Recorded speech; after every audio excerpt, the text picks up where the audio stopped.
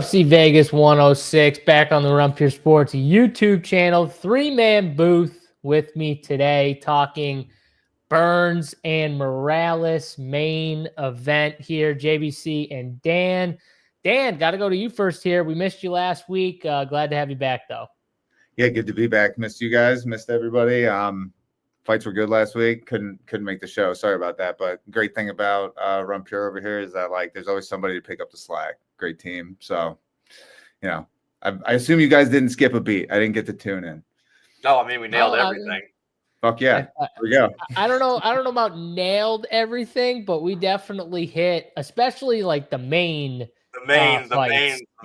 JDM and Valentina. That's all that mattered.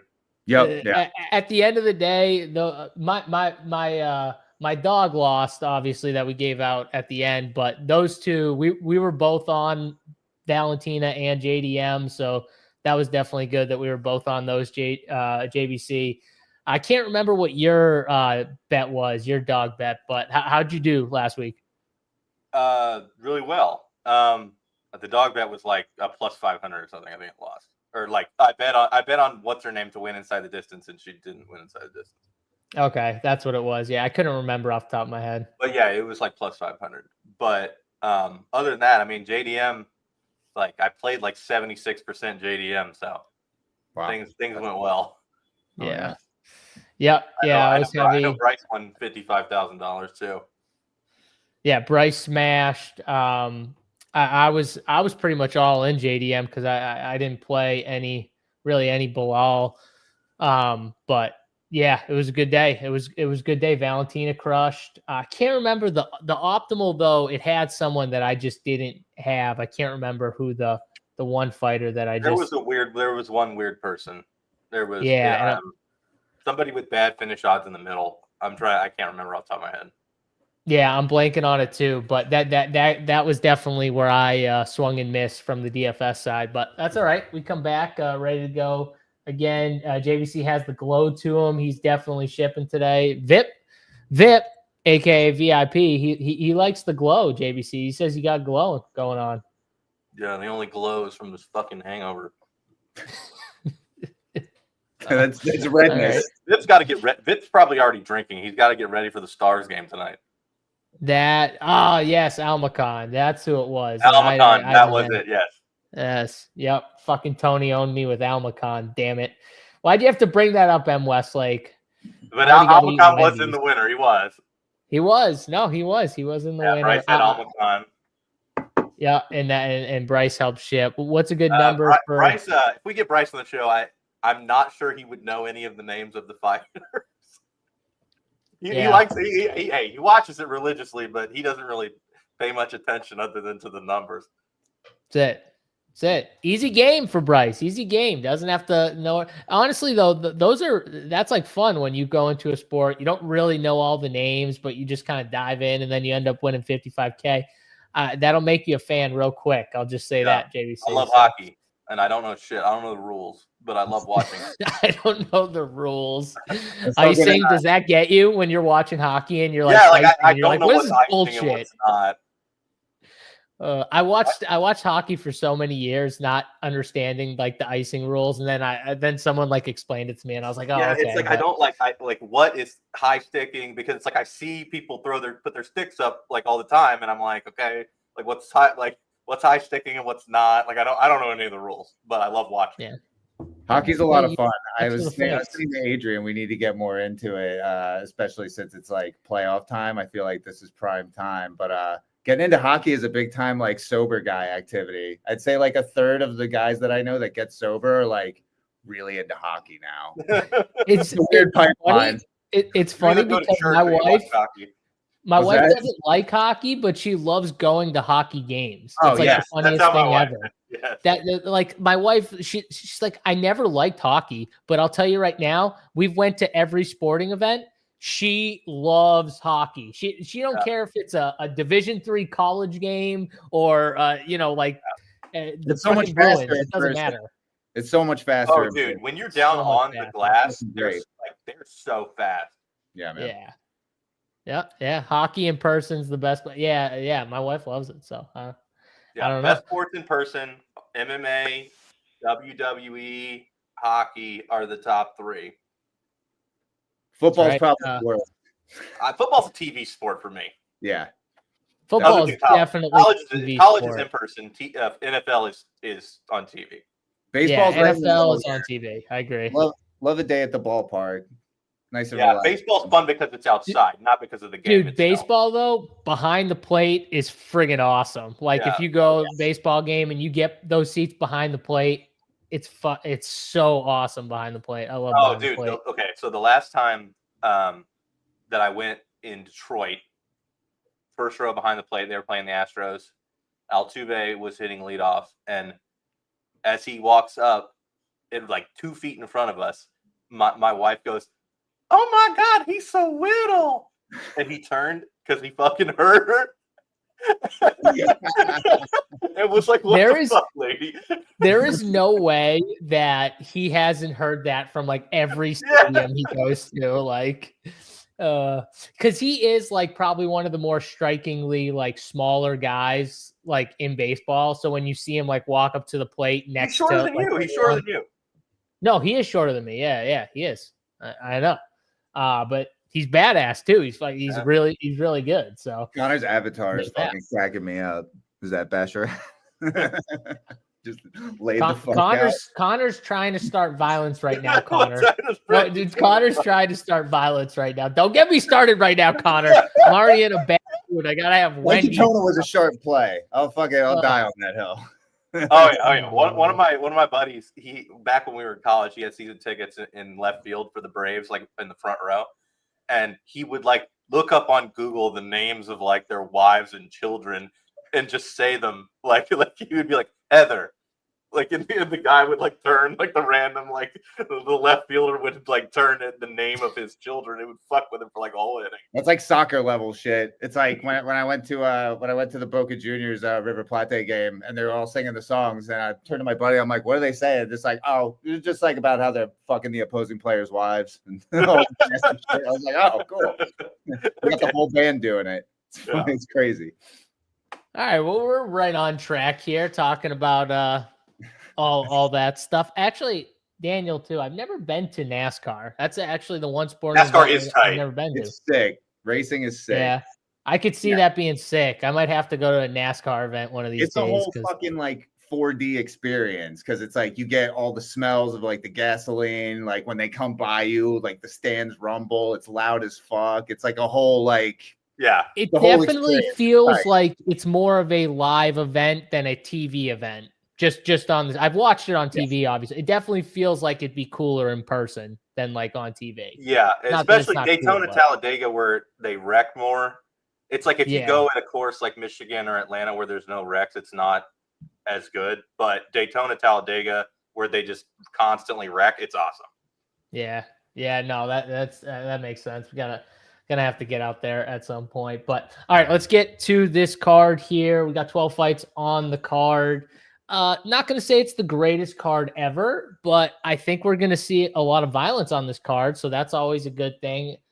The first fight, we'll see about that, but we got Pennington 9,300 on DraftKings versus Pinheiro 6,900 on DK for Pinheiro here. Pennington obviously a big favorite, sitting minus 355 on DK Sportsbook right now. I do like the Pennington side. It's tough because you're not really like betting her at those odds. Her decision is like ridiculous. It's like minus 225 by decision. I do think at like plus 900, her by KO is like kind of interesting just because Pinheiro is a little wild on the feet. She's not a very like not as skilled of a striker as Pennington, and she has been sat down. She has been finished actually, so maybe the inside the distance is a better number at plus 550. She has been finished a couple times in her last 3 fights, so that maybe sprinkle a little inside the distance on Pennington. I know the odds are a little high, but I don't mind that. JBC, where are you at with Pennington Pinheiro? DFS not really playing a lot of this fight. Pennington is a near fade at that price between Rodolfo Bellato and Yadier. But the only way she could get there is with extreme volume, which is what we know she can. She throws a lot of volume, like a ton. So, like, as far as like a cash play, I don't mind it. But as far as betting, I bet on Pinheiro just because the fight's probably going to go the distance, and we know that the judges for these fights are terrible. And at plus 275 for Pinheiro, I just think it's too high of a number when we know that the judges could schmoz it no matter what. Yeah, makes sense. Dan, what are you seeing here with this fight? In my opinion, Pinheiro probably would like to try and get this fight down to the ground. But I don't know if she's going to be able to do that is the problem. Carla Esparza got Pennington down in that first round of her last fight for a little bit and controlled her, did a little damage, and at the very end. But she doesn't have the takedowns like Esparza. Hers are way more telegraphed. Shoots from far out. I don't know if that's going to be a game plan that she has success with. What are you seeing here? Yeah, I think the main appeal for Pennington is just Pinheiro's a really low-level opponent. So I can definitely see a scenario where Pennington just piles on volume and, gets a finish or scores enough to be optimal. We know how women's scoring is. And on the other side, I think Pinheiro is actually probably the better DFS play just because she is so cheap. She can win. And I think, like you already touched on, the wrestling upside kind of lies with her. So if she wins, it probably comes with some wrestling, and 6,900. You're not really getting much of an ownership discount on the Pinheiro side, but I'm getting to about the field on Pinheiro and really not much Pennington. Yeah, Pennington's tough because she's not going to really offer you any wrestling herself, which is what scores really well in DFS. And so at that point, you kind of need an early finish. If she does anything less than an early, if it's a late finish, she probably still doesn't get there at that price tag, unless somehow all the other 9Ks kind of fail. So that makes her tough in DFS. Yeah, she's just too expensive for what she does. Yeah. I still don't mind sprinkling the inside the distance. The chat's saying that Pinheiro slows down, maybe a late KO, round 2 or 3 KO. I could see it. I could definitely see her getting caught. So 550 seems don't mind high. That. What's up? 550 seems high. Yeah, on DraftKings. Yep. Yeah, plus 550 is definitely nice. I'm going to sprinkle that in a little bit. All right, let's go to the next fight here. We've got Park, 8,500. Hernandez, 7,700. JBC, I'm going to just whip this one right back to you here. Park, favored here. I think it's like minus 180 or something like that, somewhere around there. But Hernandez, he's not super like dangerous, but he's somewhat talented. He's really just nothing special, but he's okay. I mean, this is a good test, I think, for Park after his last fight here. What are you seeing with Hernandez and Park? I like Hernandez to win like kind of a boring decision. So I don't have a ton of interest in it for DFS. I think Park is the better DFS play. I have more Park than Hernandez. But again, this is kind of like the first fight where I just prefer to go other places. I'm playing Park maybe 20% and Hernandez like 10 to 12, and that's it. Yeah, I agree with you. Park seems like the way better DFS play. I don't know if I want either of them though, Dan, from a DFS side, especially like if you're not playing 150. Like I do think this is a fight that you could fade. What are you doing here with this fight? Yeah, I have almost no interest in Carlos Hernandez. 7,700. He's obviously one of the more expensive dogs on the board, and he just has no upside. He's good, like he's competent. He can definitely compete against, this level of competition, but he's not putting up big scores. I think the one time he would have gotten a TKO, it got like robbed from him because they said that he headbutted Dennis Bondar. Is ridiculous situation. But that aside, he hasn't shown any real like finishing ability. And he's just like too expensive for what he offers offensively. I have slightly more interest in Park, but he's going to be, my ownership says he's going to be like 30% owned, which to me is just far too high. He's got some power in his hands, but he's not like his ITD line is plus 200. So he's not, some kind of prolific finisher here. And that's kind of what this ownership indicates to me. So I'm happy to come in low on this fight as a whole. Wasn't his last fight Shannon Ross? I mean, Park, Shannon Ross finish him, is terrible. Yeah. Shannon Ross is awful. Like he is Ross just has a glass chin, so it's like he lasted until the second round with Shannon Park. That just should tell you something on its own. He did ultimately. Shannon Ross only gets fights because he would sue the UFC otherwise. He also only gets fights because they love the highlight reel of him getting knocked out in a sick way. So it's like perfect. It's like perfect, UFC. We'll give you guys an easy one here, Park. But I agree, Park has the upside in DFS. I'm probably not going to be on either of these guys, though. 30% seems high if that is right for Park. If you play in 150, though, I definitely play the Park side, not the Hernandez side of that, and go from there. Let's go to the next fight, women's division here. Denise Gomes 9,500 versus Elise Reed 6,700. And JBC, you were talking about this before the show about how, if a couple popular dogs end up losing, it could really be a 6K like loser that could be on the winner if they score like 25 even. So what are you doing with Elise Reed? Even if you like her to win or don't like her to win, what about from a DFS angle?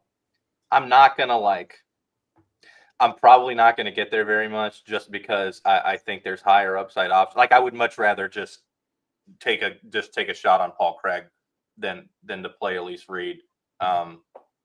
There's not a whole lot down here. I would understand if you wanted to play her.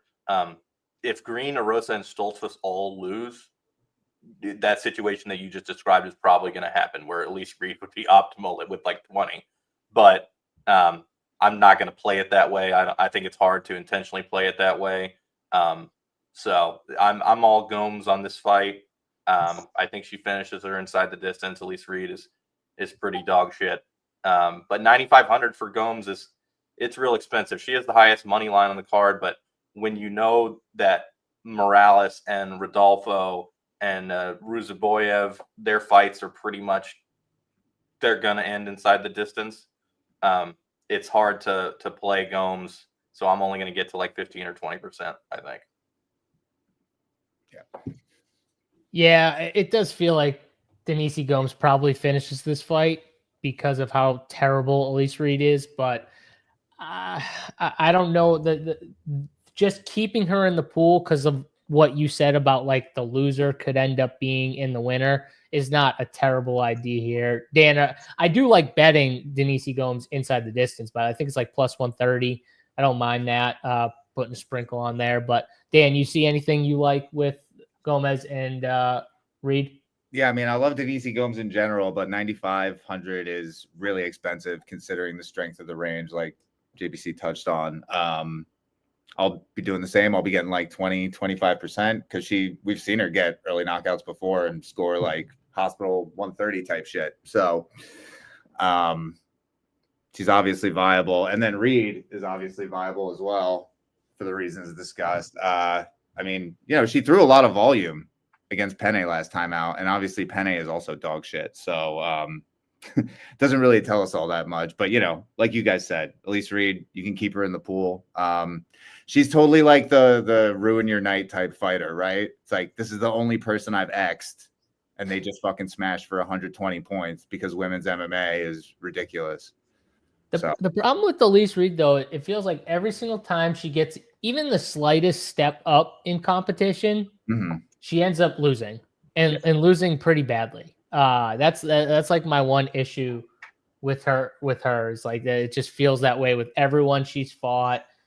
I mean, from really Sam Hughes, Lakui Bunam, Godinez, like I could just like all her losses are like the slight step ups, and then she loses, then she goes back down, fights someone, she wins, and then she steps back up and loses. That's just what happens. We need a segment where Dan puts a picture of each fighter and his cat picks the fight. Yeah, we do need the cat segment with Dan here. He watches every card with me, dude. He knows. He's no casual. I think Dan should move away whatever is holding up his background. So if a cat knocks that background down while he's talking about a fighter, then we know that fighter is the winner, right? Maybe we do it that way. Maybe that's the actual segment. I kind of like that. This cat knows things, I swear. Yeah, I like that. The question I wanted to make sure I got with you guys is 9,500. Does she cover that tag here? You were talking, that was your big worry with Pennington. Obviously, her inside the distance numbers way better than Pennington here. But you still got some killers in the 9K range. She's got to outscore Ruzaboyev, some of the guys. Do you guys like Gomes ahead of some of the other 9Ks, JVC? It's tough because, I want to get to like an obscene amount of Michael Morales, and you can't, like, playing him and Gomes together, there just isn't enough quality at the bottom. Like, every single one of those teams is basically just Green Rosa Stoltzfus, Green Rosa Stoltzfus, Green Rosa Stoltzfus.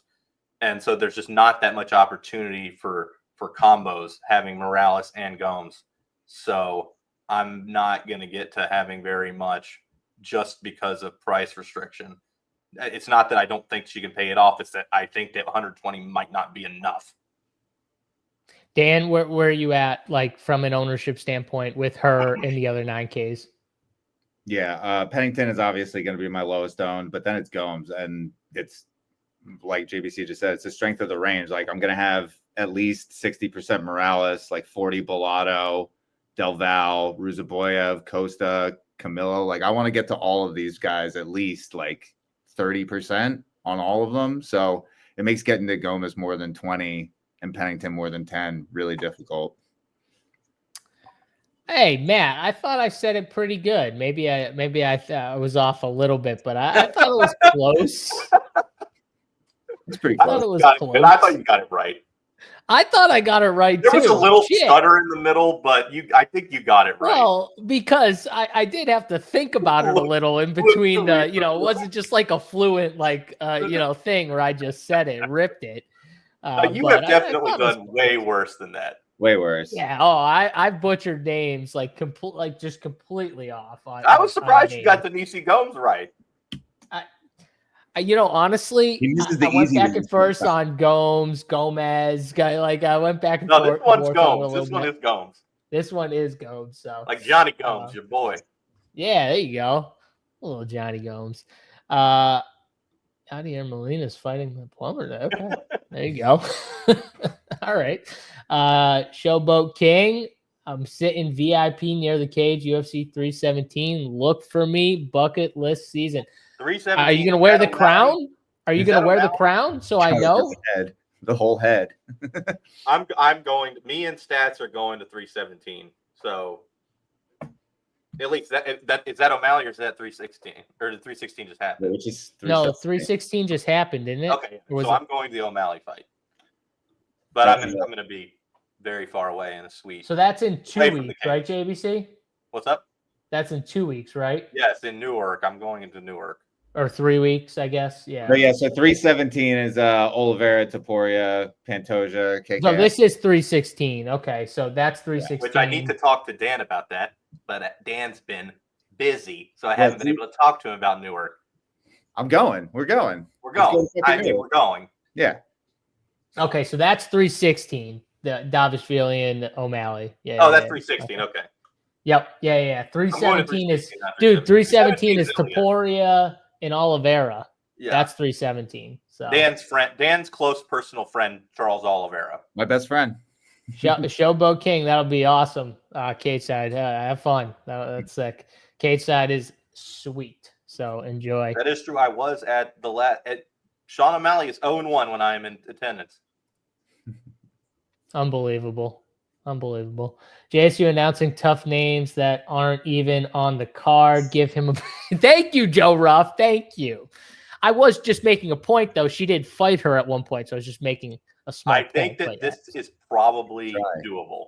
I think I can try. I think that if Dan wears the Eagles hat like he always does. Wait, I thought he was your actual best friend. Fabiano and I on Fabiano's camera. Dan, I took a picture of him on mine, and then he said, "I want a picture of us on my own device." So we're best buds, man. Yeah, Fabiano wanted a picture with Dan. Yeah, you don't have his number now, Dan.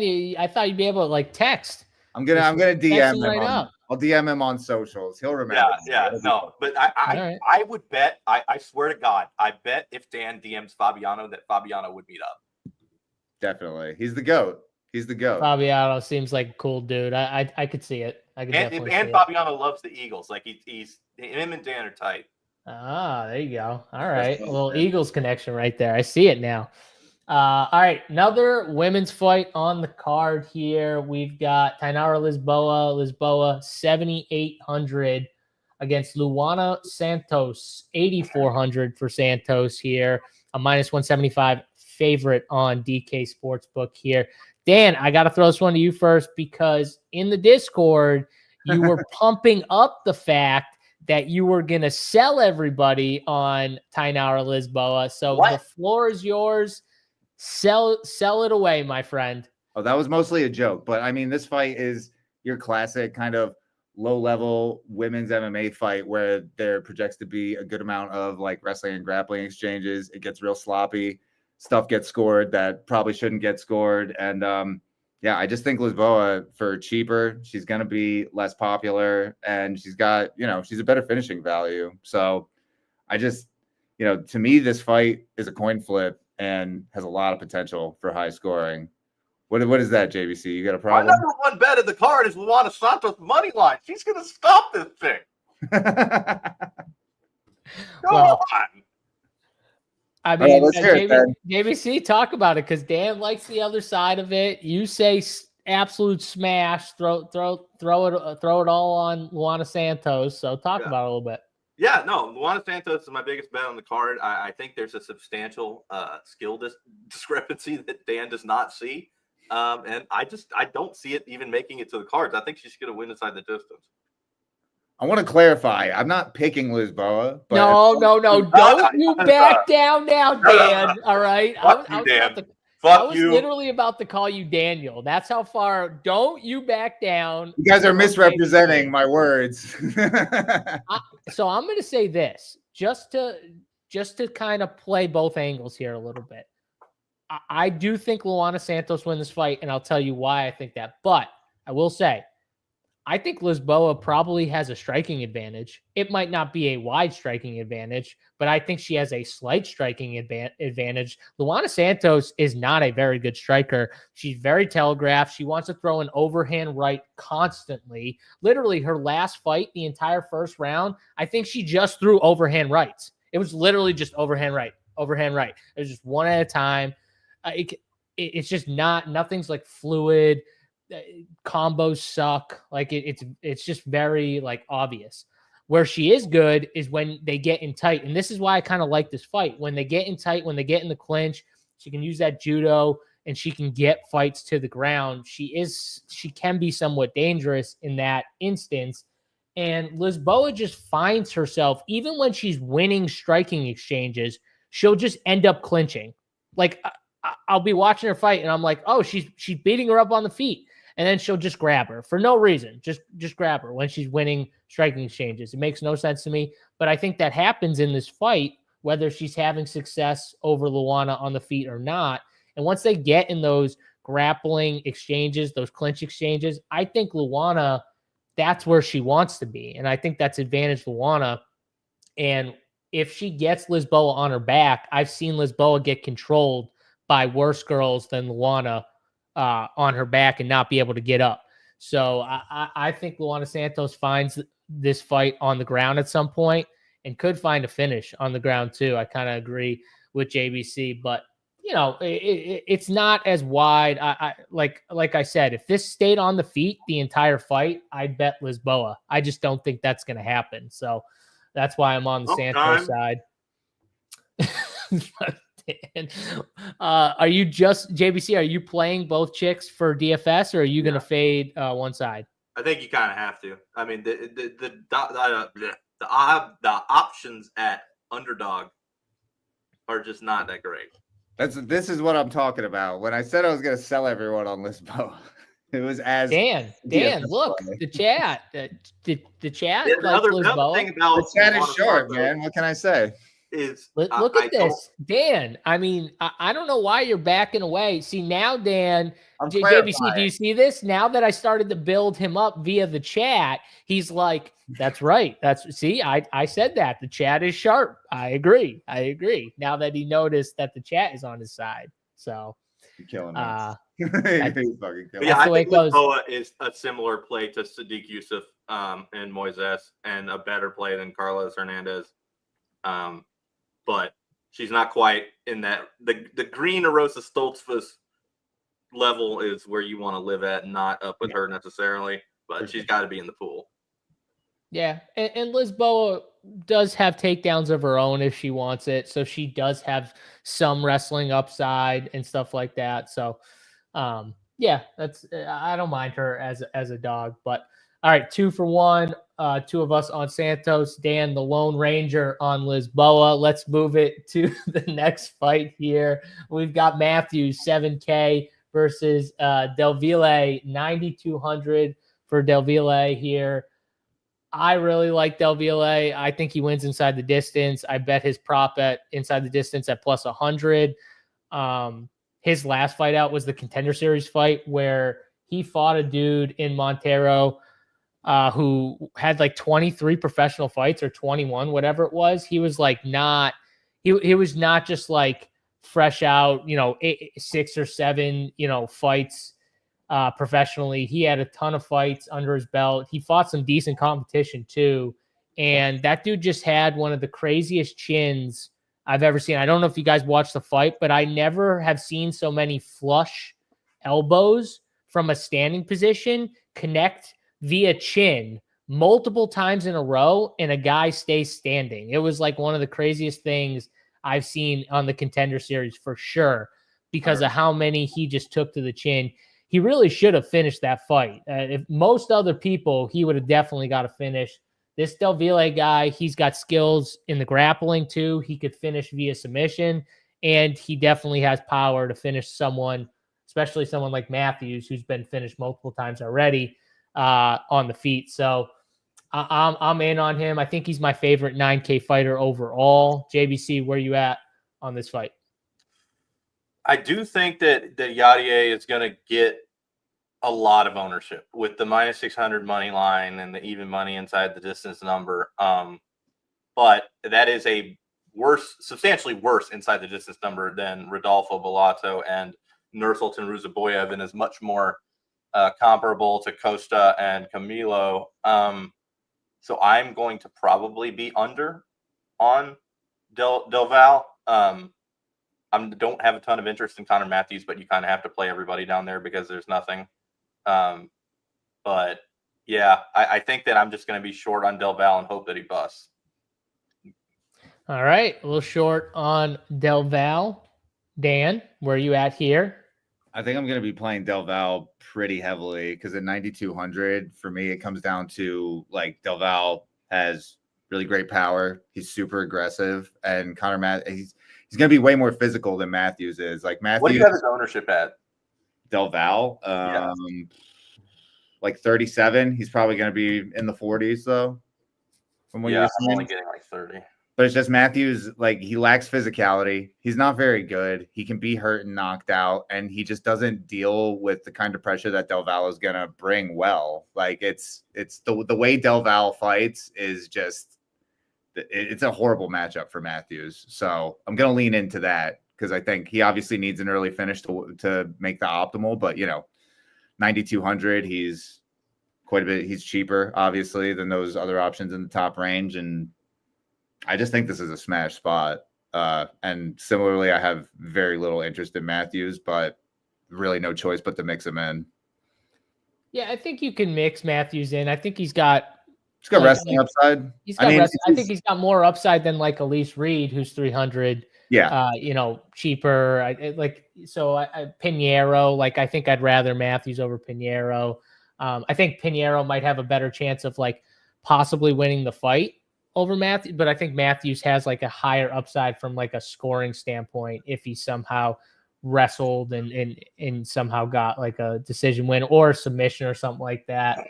He's just at such a disadvantage when it comes to athleticism and physicality that I have like doubts that he's going to be able to execute on that game plan. And if he can't do that, then he's pretty much fucked. So are you going to be way over on Dovell? Yeah, I mean, right now I've got nearly 50% of him.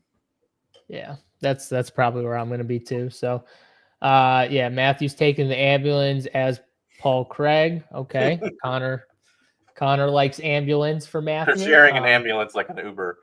We're literally. That's what he said. For a while. He might fucking die on site. We literally saw someone like, who was it last week? Who literally got stretchered out. Oh, Bruno Silva. His head got caved in. Right on the temple too. Like, dude, the contact was that was disgusting. Yeah, I literally thought he broke his skull.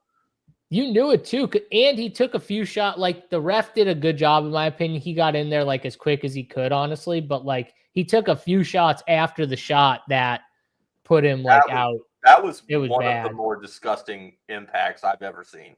Yeah, you know it's bad when the broadcast updates you on a fighter's status. Yeah, they have to update you 2 or 3 fights later. That's not good. It's not good. It's like what was the Macau card where that like really, really short? What was her name? Oh my God, just she was a massive dog too, and she just.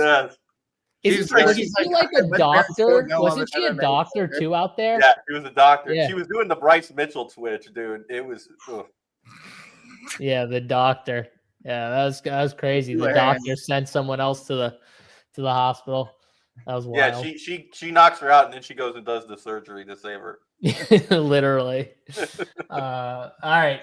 So I think JBC is going to be under on the 9,200 Dovell. Me and Dan probably going to be over here, but I think we all think JBC. Did you pick him to win or did you go with the dog? Yeah, no. I bet the inside the distance number, but I'm just I have more interest in Ruzaboyev and Bellato. That's fair. All right, next fight here on the card, closely lined fight here. We've got Gordon, we got Moises. Gordon 8,200 on DraftKings, Moises 8K on DK. I think Gordon's sitting at -118 over on DK Sportsbook right now. I feel like Gordon is the side I want to be on. Just for anything else, like I think he just more of like a dog. I think he wins a decision here, but Moises does feel more dangerous. Like he does feel like the more dangerous fighter.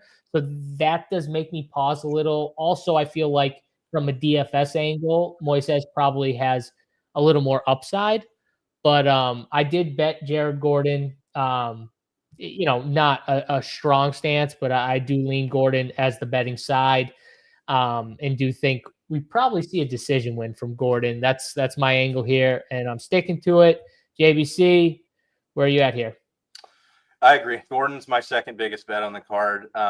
I just think he's better than Thiago Moises, but you kind of hit the nail on the head. Gordon has very little finishing upside, and Moises, with the submission ability, I much rather would have Moises in fantasy, but I do foresee this being a Gordon decision where he scores like 70. It's either going to be that or Moises snatches a sub and you're going to need him in DFS. So Moises in DFS, Gordon in bet. That's where I'm going here. Makes sense. Dan, do you see it kind of similar or do you have a different angle here? Yeah, I see it similarly. The thing I want to add is that Gordon is going to be really popular. I think he has a chance to hit like 35% ownership just because of his price. People really like playing guys like Jared Gordon who push a heavy wrestling and grappling pace. Like he has very little finishing upside, but he's got tons of wrestling and grappling upside, and he's been scoring really well. Is he a better grappler than Moises, though? I was going to say. I don't think so. I'm saying he's going to be. I agree with you. I'm going to be coming in, around the 20s just because he does well right now on Gordon. But I think people are taking for granted like that Moises is going to put up resistance. So yeah, that's like where he's most dangerous. So I feel like if Gordon comes in with a game plan, I feel like it's to not. Why would Gordon try and grapple? Because what else is he gonna do? He's gonna Moises can't punch. Yeah, he's very open. I mean, like he has power, but like he's. I don't know. Gordon is gonna like switch up his usual game plan of get you down to the mat and grind out a decision. If he doesn't, I should bet the sub putting prop. himself in danger. Moises isn't a very good striker. He's obviously really limited on the feet, but he definitely throws with power. Yeah, you're making me want to bet the sub prop now. Moises' path to a victory here is a submission. Yeah. Yeah. And Gordon, by grappling, puts himself in danger of a submission. Well, but we can easily get a submission. He is very, very good. But you also have the element where you're going to have Moises, who he knows he's dangerous on the mat. So will he be more accepting of bottom position, try to throw up some subs, all while Gordon is racking up ground and pound? This is a good point right here. So Paddy Pimblett is theoretically a similar like jiu-jitsu type fighter to Thiago Moises. He's obviously a lot better, but and Gordon was just clinching on the cage the whole time. He would have scored 88 if they had given him the decision against Pimblett. He would have scored 88. He scored a lot 8,200 because of the control time bullshit. But yeah, and at 8,200 that plays. He's also a much better striker than Moises, I guess. Yeah. So I mean, definitely. I don't think Gordon should be 30, 35% owned. I'm going to be coming in on the 20s, but like, fuck Jared Gordon. That's my guy, man. He fucking died and came back to life. So Dan, you're going to be over on 30% Jared Gordon? No, fuck no. I'm going to be under on that. I'm just saying, like, those are the reasons why. And I was like, wait a second. What am I listening to right now? Holy shit. No, I'm going to be like 20 on each of them. But, I assume you're going to be lower than 20 on Gordon then? Or does that sound, yeah? I'm at 12 and like 25 on Moises. Yeah, maybe I'm just being a coward. I'm not huge on Gordon, so whatever. Yeah, I bet on the Gordon side, but I do feel like Moises still has a little more upside, so I kind of lean him for the DFS angle here. And the fact that he's adds up, man. No, fuck him. All right. Yeah. There you go. All right. Unless he's watching this, in which case I love you. Yeah. In that case, JVC's like, no, I'm kidding. I'm talking about Moises, not you. I got confirmation that Jared Gordon was watching our show right now before his fight. I would slam the Moises side hard. No, you wouldn't. No, you wouldn't. Like, isn't there something else you should be doing, dude? No. The most alpha thing you can do before a fight is who's the Russian heavyweight that was just pulling the slot machine by himself? Sergey. Oh my God, Sergey. Yeah. Picture of Sergey. Just jamming slots. Doesn't he do that before every fight? Yeah, he definitely does that before like every fight. I mean, they don't have to cut weight, so he's like, He's like, I'll see you guys like 20 minutes before the fight. Just gonna be ripping some slots, right before I go on. So be cool. All right. Well, that's Gordon. It was like during like COVID restrictions, so like there was nobody else in the casino. Nobody. Yeah. At the slot machine with nobody there. I mean, what's better than when no one's around and you're just by yourself, gambling? That's the best. What's the casino that's right by T-Mobile? You can literally just like park 2 fucking minutes across the street, and you're like on the casino floor, and then you're in like the middle of T-Mobile. Yeah, perfect. And then you see Yuri Prochaska bowing to the arena at 5 o'clock in the morning. Yeah, Yuri's outside doing his whole thing, and yeah, dude, he was. The guy like went out and got a picture with him. He was like, "What the fuck?" I saw the picture. Yeah, it was so funny. Oh God, Yuri, trying to cleanse the arena of evil spirits. Dark Who the hell magic. Knows what he's doing? He got knocked out. All right, next fight here on the card, we got Green 7,600, Camilo 8,600. Camilo a betting favorite here. Green a plus 180 underdog in this spot here. I like Gabe Green. I like him as an underdog pick. I think his sub number at 8-1 on DraftKings is very interesting if you want a fun little bet. But I did bet Gabe Green. I do like him in DFS too. I think he's gonna come right at you. Obviously getting knocked out like he did last time out. A year and a half or whatever it was ago, 2 years ago, almost whatever, against Brian Battle. I'm not going to shame him for it. Like, Brian Battle's a beast. Like, he's a big friggin' dude. He's strong. He's tough. Getting knocked out by him. Okay. Like, that's not, I'm not going to ding him for that as much. And Camilo is, in my opinion, nowhere close to the skills and danger of someone like Battle. Now, he's young. He definitely is someone who has talent. He's probably going to get better. But at this stage, I mean, don't forget, Gabe Green was a slight favorite over Brian Battle. So keep that in mind as well. Like, Gabe Green's a decent fighter. I think plus 180, is decent to throw some money on Gabe Green. So I like Gabe Green here. Be lower on Camilo. JBC, do you agree with me on Green? No, but I bet on Camilo, but I do think that this fight ends inside the distance, and so you kind of at 7,600, Gabe Green is very appealing in order to jam in the rest of the people at the top end. So I will have a metric ton of Gabe Green in DFS. I've got him. Let me check the exact number right now. Gabe Green, I have coming in for me at 40%. I'm playing on Gabe Green versus only 27 on Camilo. So I do have a ton of Gabe Green in DFS, but I think Camilo probably wins this. All right. 1 for 1. Dan, you got to break the tie here. No pressure. Who you got? I'm on Camilo as well, but it's just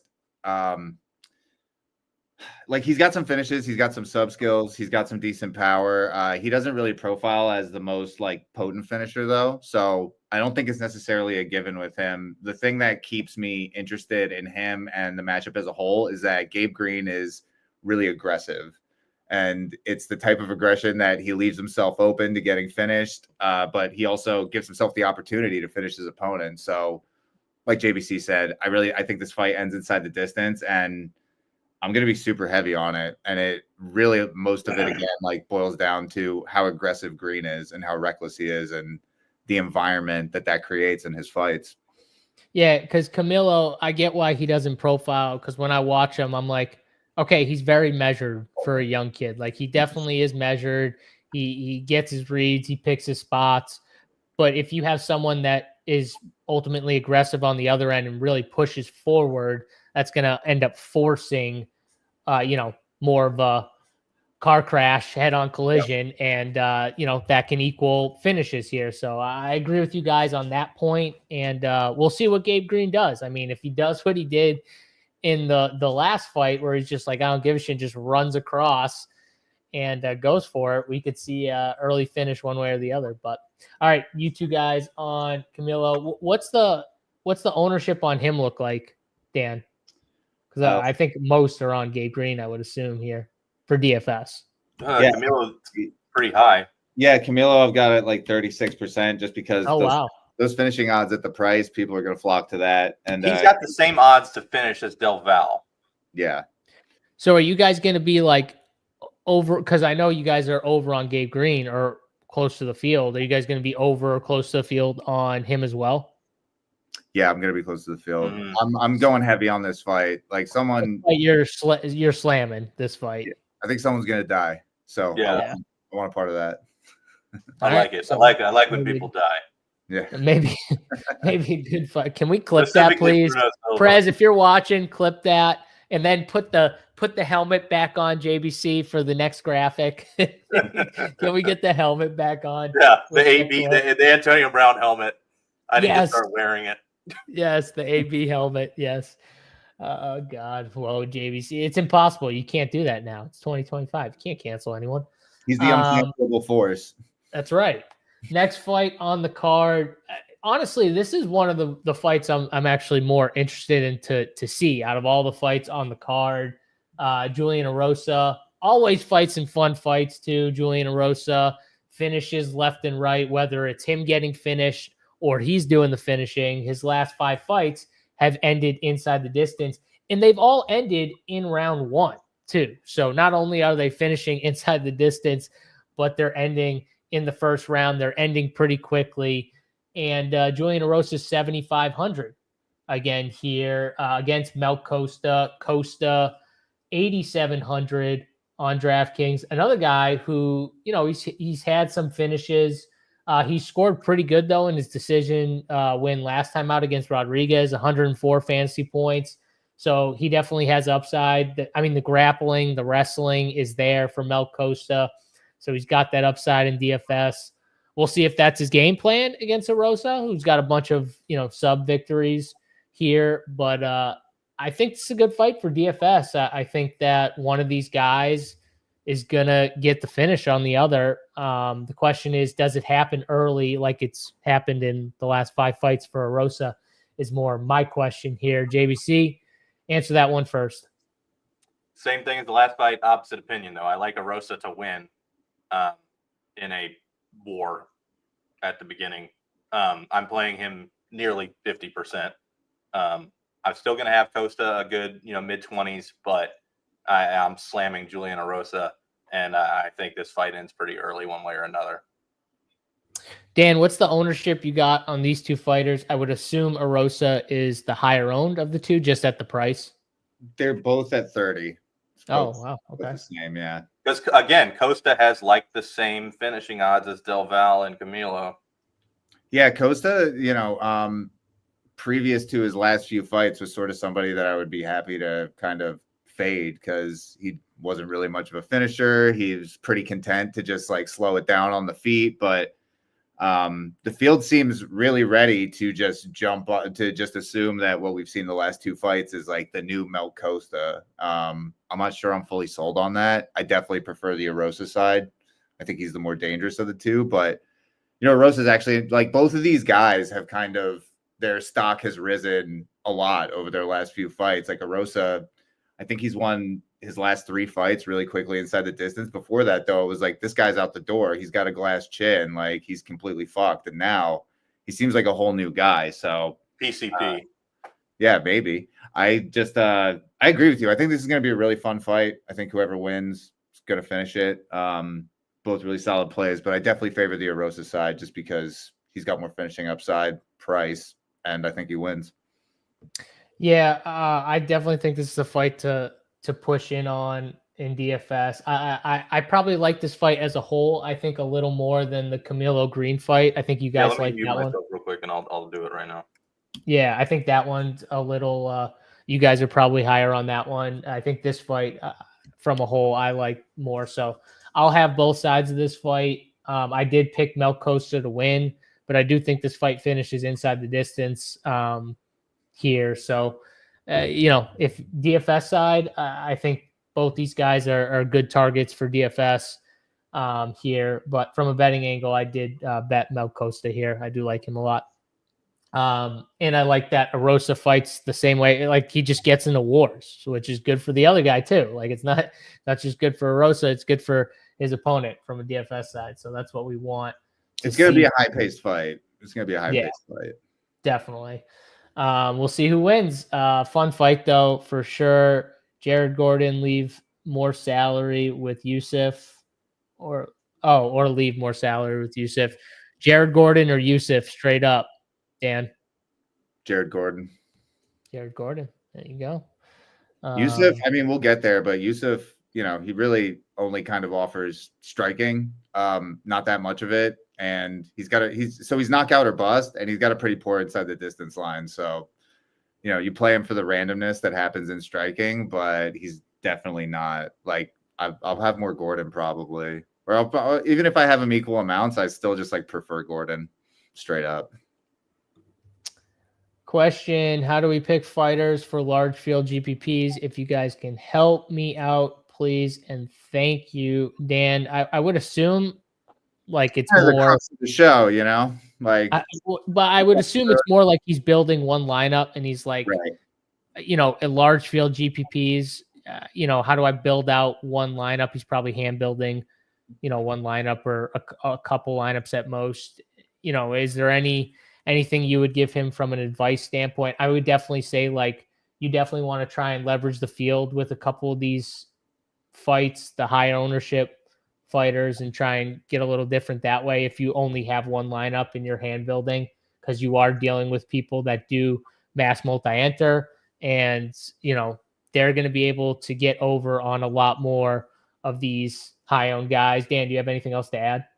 Single entry. I would just say that if you're hand building, I think a lot of people will fall into the trap that they would rather play like one really long shot dog than play two kind of more, two dogs with like moderate odds. So I would just try to, I think a lot of people will try to play like the absolute cheapest and then load up the top end. I think you need to be a little more intentional with balancing out your lineup a little bit better than that. I really don't play much single entry. So maybe JBC has something, because I know you do.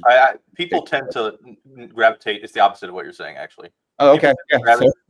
People tend to gravitate toward these lineups that are all in the middle, because if they only have one entry, they don't want Paul Craig getting knocked out in 10 seconds because there's no enjoyment there. But in reality, you kind of need to take those shots in order to win a big field.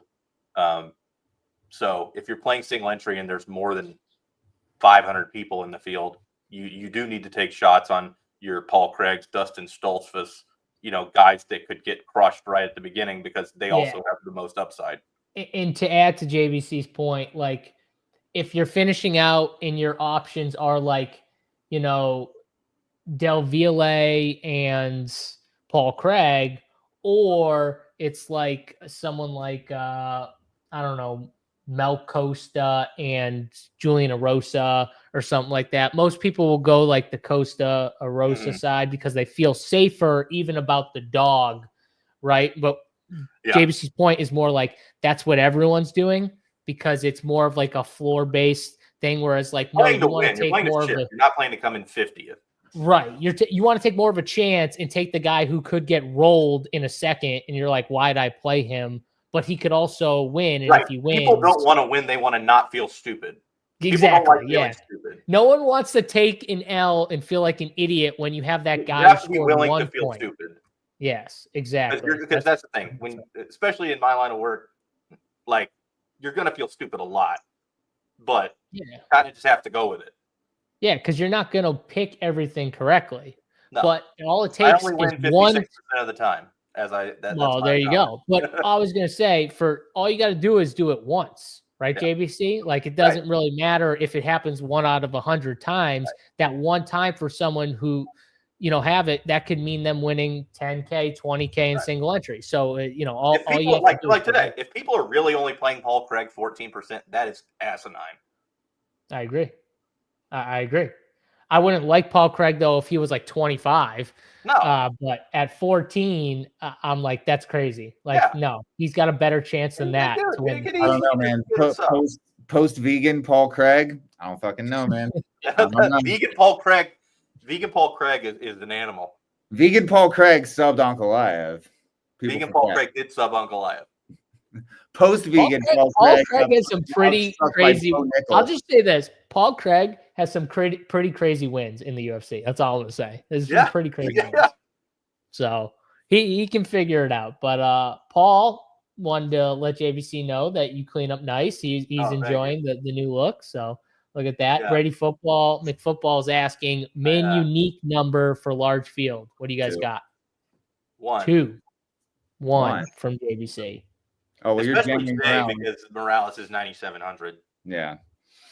Yeah, if you're jamming the main event or jamming like a fight like that where you're just like all in on the fight, it's probably 1, right, JVC? If you're not like getting that crazy on any fight, I was then playing more 2 built in the middle, or if there were 14 fights, then you could start thinking about 2.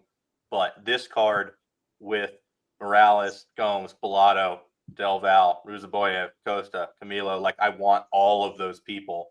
So doing 2 uniques is going to give me way too much like fucking Elise Reed and shit, which I don't want. I just want all the combos with Green Rosa, Stoltzfus, and Paul Craig with those people. Yeah. You want all the good combos. Right. Yeah. I want all the good combos. Yeah. Even if it's only one off of a different one, like that. We're also not building the same exact way. So there's, I've got 2, he's got 1, but we're also doing things differently with like randomness and shit like that. So I know his is higher than mine, which is why, you know, if you have lower randomness, you want to use more uniques and vice versa to get. That's true. Yeah. There you go. All right. So it depends. I hope that's a good answer for you. No, I think that's a good answer because I don't think everyone plays it the same, but some people don't even realize it too. So it's good to kind of give both sides of it and why you're. If you're only playing like 20 lineups, then do 2 or 3. Right. The fewer lineups you're playing, the more you want to get, the more diversified you want to get, because you don't want all your outcomes to be tied together. Yeah. All right. 4 fights left on the card. Ruzaboyev, one of the more popular 9K options here. 9K flat on DraftKings versus Dustin Stoltzfus. Stoltzfus 7,200 on DK here. A plus 195 underdog for Stoltzfus. And this is one of those fighters. You're going to either feel like a genius or you're going to feel really stupid when you roster this man. There's no in between with Dustin Stoltzfus. I have played this guy many times and I have felt like an idiot and I have felt like a complete genius. And you could see the fights. You don't have to guess on the ones where you feel like a genius and where you feel like an idiot. That's what he gives you, though. That's his style. He's going out there. He's going to try and finish a fight. Ruzaboyev is too. I don't see how this fight gets past like a round and a half. I like the under on that.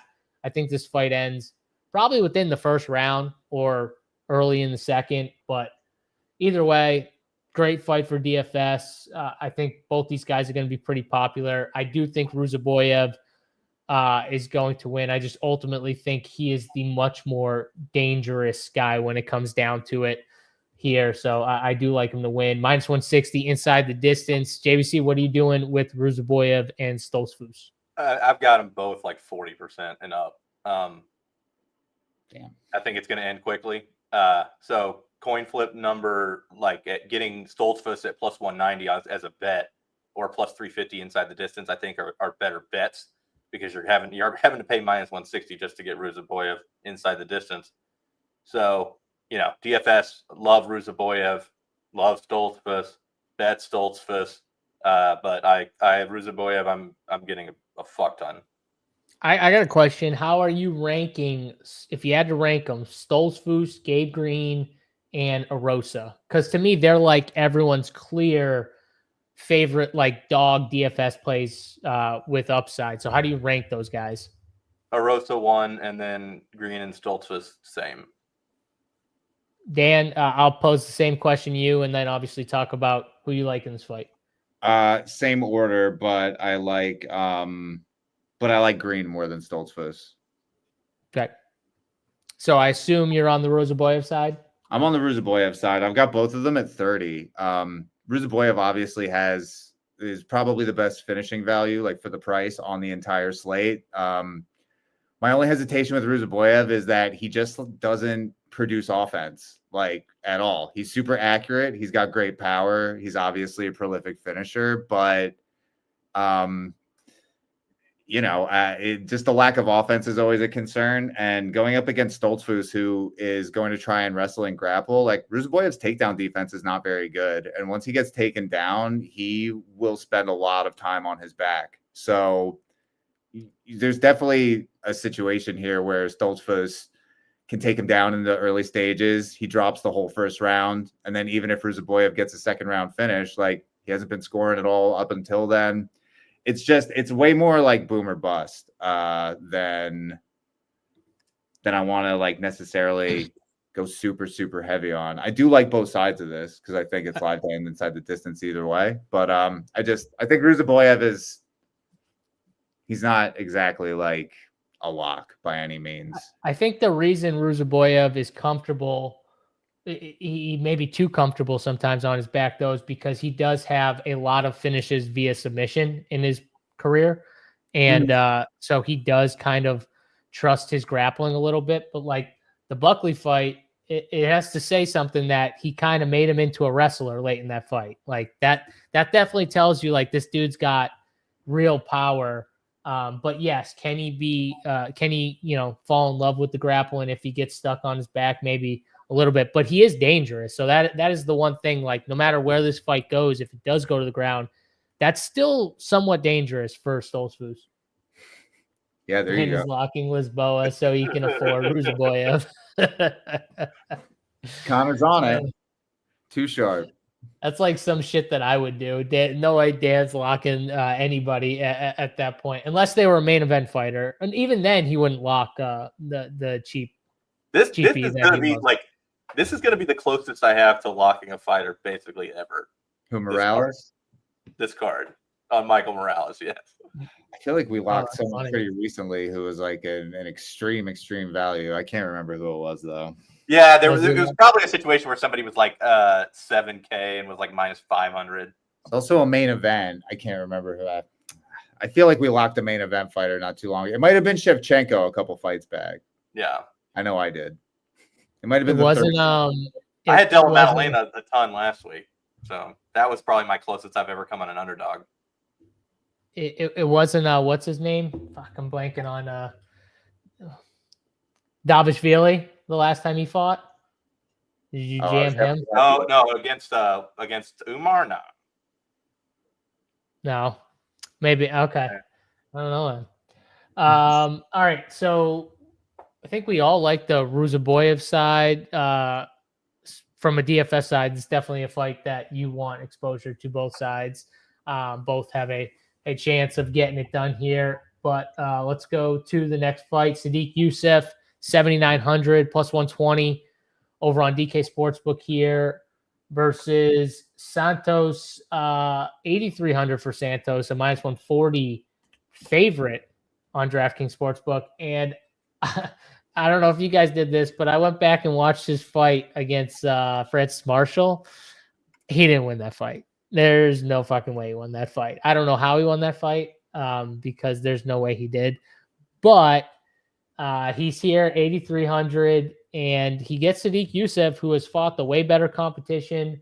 He hasn't won in those big step-ups, but he definitely has fought much better competition against the young up-and-comer in Santos. JBC, who are you going with here? I bet on Myron Santos, and I like him better as a DFS play. I think he has significantly more finishing upside. You know, Youssef, the volume is just typically not there. I'm going to play Youssef about the same as Lisboa. I think they're very similar plays, if not identical. But yeah, bet on Myron Santos. Yeah, Dan, I personally bet on a Youssef, so I'm on the opposite side of JBC on this fight. But from a DFS side, I do think Santos might be more of the play in DFS, but it's kind of close to me actually. They're kind of similar. But where are you at with this fight, and who are you betting here? Yeah, I'm on Santos. I think Santos is the better DFS play because of what JBC already said. Better finishing upside. Youssef just doesn't produce a whole lot of offense, so I'm like 25 and 15 on them respectively. Youssef just all he does is he strikes. He doesn't throw a lot of volume. He's plus 500 to win inside the distance, and if he doesn't get a finish, he's not going to be optimal. So he's a pretty poor play from what I can tell from like what I'm seeing. But I don't know. I don't really love Santos either. So I'll be getting to him like 25%, like I said, which is about even with the field. But I don't know. He's another guy that like he's just not a very potent finisher, and he needs a finish. So it's not someone I'm super interested on buying in on too heavily. Yeah, I could see this fight busting from a DFS side. So I'm probably with you. I'm probably lower on this fight when it comes down to it here. So Santos and Youssef, both you guys on Santos. I'm Lone Ranger on Youssef. 2 more fights left on the card. Bellato and Craig. Bellato 9,400 versus Paul Craig 6,800 here on DraftKings. Craig obviously a big underdog, and JVC, you already alluded to it. I think at least from a betting and a DFS angle, kind of why Paul Craig is somewhat interesting to you. If you want to just talk about that again quickly, and why you think Craig is an interesting underdog. Yeah, I mean, max variance fighter like Paul Craig, you're getting when you get these high numbers, you pretty much are forced to take him. I mean, getting nearly plus 500 inside the distance on Paul Craig is stupid because he could get a sub on anybody. Sub not Goliath. So that's pretty much how I feel about it. He's either going to kill or be killed. More likely that he gets killed, but when you're getting such heavy odds on it, love the plus 475 on Paul Craig inside the distance. Love him as a DFS play, playing him like 30%, playing Bellato like 45%. I think he's a great play at the top. He's a much better play than Gomes, Pennington, Del Val. I think he's a better play than pretty much anybody except Morales and Ruziboyev. So, I'm going to be playing both sides of this fight real heavy. Yeah, I like Paul Craig's side more. I'm just not a fan of Bellato. I get it, though. He's got good finishing numbers. Man, I could see him doing something stupid and catching himself right in what our boy Connor says, a triangle or some type of weird submission. And it feels like that to me. I don't love what I see from him, but he does have the power, and the finishing upside to get there. I'm probably going to be higher though on Del Val and Ruziboyev and some of the other expensive guys up towards that range. So I'm probably lower than the field on him, higher than the field on Craig. Dan, where are you at with this one? Yeah, I'm over the field on Craig. I'm going to be at about the field with Bellato. I don't really have too much to add. I think, obviously whoever wins this fight is getting finished, but Bellato definitely has more downside risk in a win just because if he doesn't get a finish, he's likely not going to be optimal. He does grapple and wrestle at a pretty good pace. He throws good striking volume, but at 9,400, I still don't think, especially going against someone like Paul Craig, I just don't think he's going to be able to land enough offense to be optimal at that price without a finish. So he's finish or bust. I don't love him either because I think his cardio sucks, his durability sucks, his striking defense sucks, but Paul Craig's not a striker, and these numbers are just too good to ignore. Like, where else are you going to go? Yeah, there you go. I think we're all kind of on board with Paul Craig. Scary being on board with someone like Paul Craig, but he can get it done for us. We've seen it happen before as a big underdog. Could happen again here. So final fight here. JBC's been talking about him. It feels like all show. Michael Morales, the massive price tag. It is the main event on the card versus Gilbert Burns here. Morales, a big favorite here. I think he's pushing like minus 500 or whatever the hell he is. Just a massive favorite.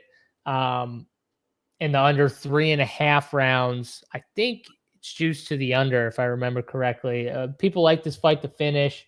Morales is one of those fighters where he's kind of patient. He'll take his time a little bit, but when he sees an opening or something, he'll go for it. And Gilbert Burns is someone who is very talented, but he will slow down, I feel like, at some point. And that's when Morales will kind of pace himself up until that point and then start to kind of jump on him. So I do see, it feels a little wide, but I do see a late finish for Morales is the play here. Kind of like what I did with JDM, which was, I thought that if he did finish the fight, I thought it was going to be in rounds 4 or 5. And I bet those rounds to finish in 4 or 5. Obviously, he didn't get the finish, but, he was really fucking close and had chances to finish Bilal. I feel like it's kind of similar in this fight. I think Gilbert Burns is going to slow down at some point, maybe round 3 or round 4, and that's when Morales kind of jumps on him and could get a late finish in 4 or 5. So I'm probably going to bet Morales in rounds 4 and 5 to get the finish. I haven't looked yet on what the odds are. I know JDM last week was like 20 and 25 to 1. If it's something around that again, I'm definitely going to look it up actually right while you guys talk. But JBC, I like the late finish here for Morales. Don't know how that'll score for DFS. What do you think? I just want to start by saying the line on Gilbert Burns is too high. So I like Gilbert Burns as a bet at plus 410 and then 800 inside the distance. I think is fair. I think that Gilbert Burns is going to know that he can't last 5 rounds with somebody that's half his age. That's really the big advantage here, is that Michael Morales is 25 and Gilbert Burns is like 60 years old. So that's the big advantage. If it was 25-year-old Gilbert Burns, I would say that he kicks his ass. You just told everyone who Dan was going to be on. You literally just gave away who Dan was going to be on by telling everyone the age gap. Yeah. So Michael Morales, I'm playing like 80% in DFS because I think that Burns is going to push the pace on him early because he knows that's his only way forward.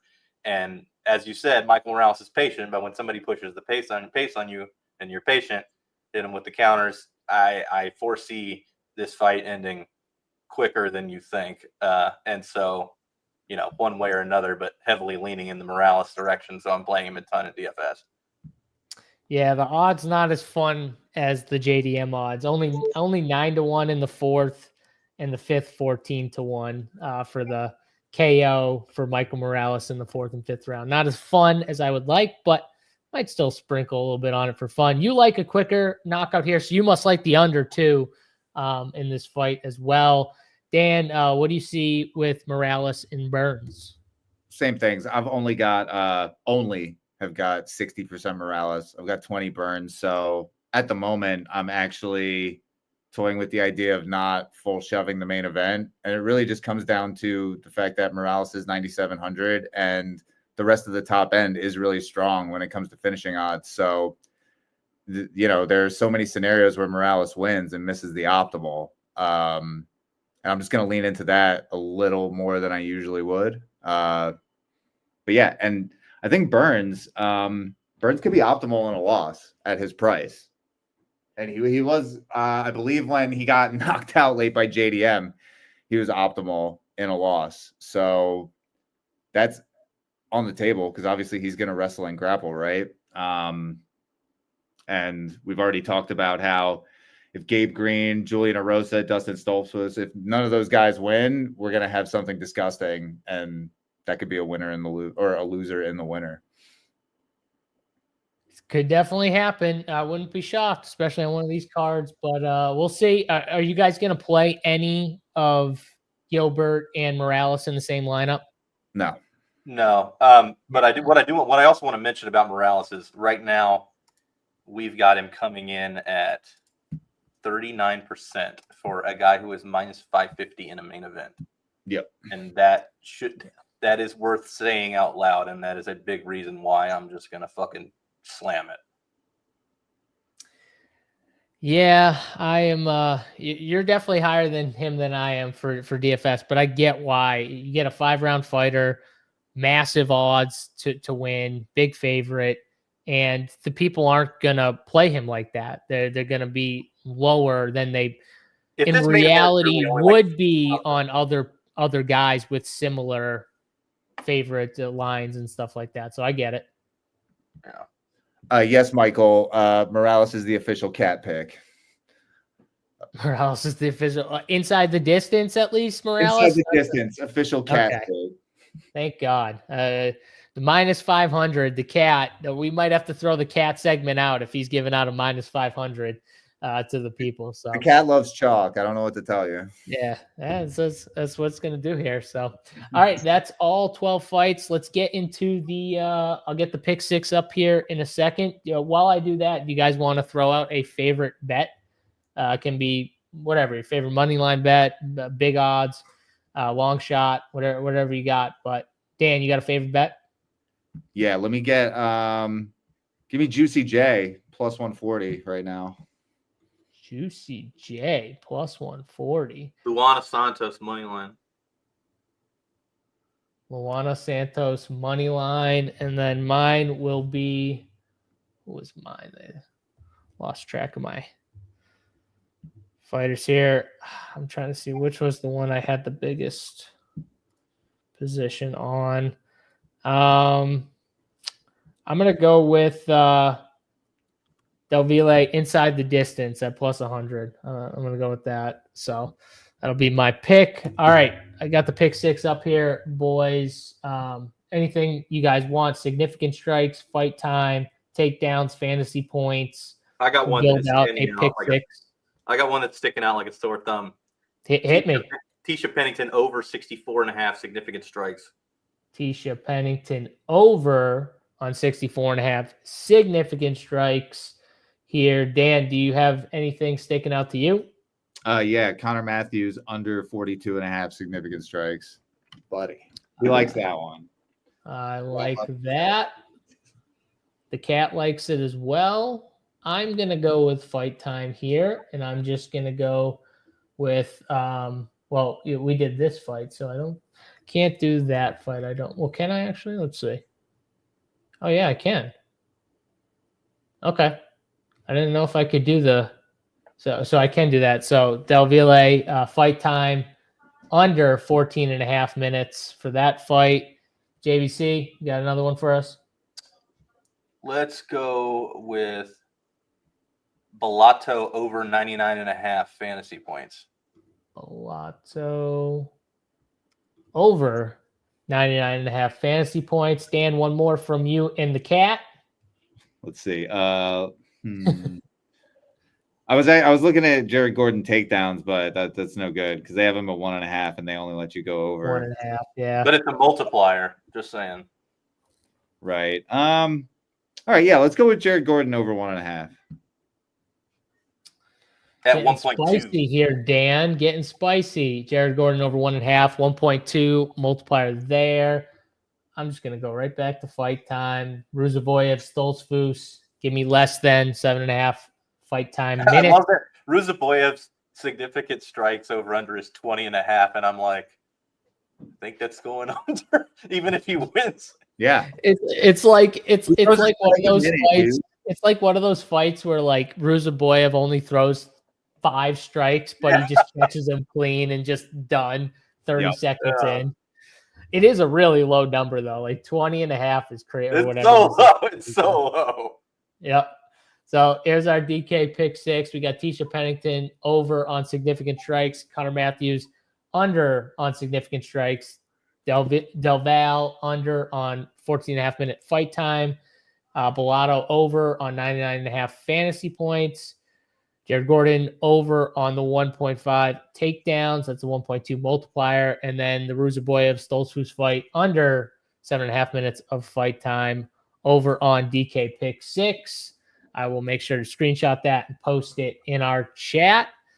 And bam, that's going to do it, boys. Fun show. Hope you guys enjoyed it. Lock is in 35 minutes. So we got to get our lineups, our cores, finish out all those cheat sheets over at Run Pure Sports. If you want to become a member over at runpuresports.com, RPS15 is the promo code still. You can get 15% off your first month or week. Use that code RPS15 and come join us in the Discord.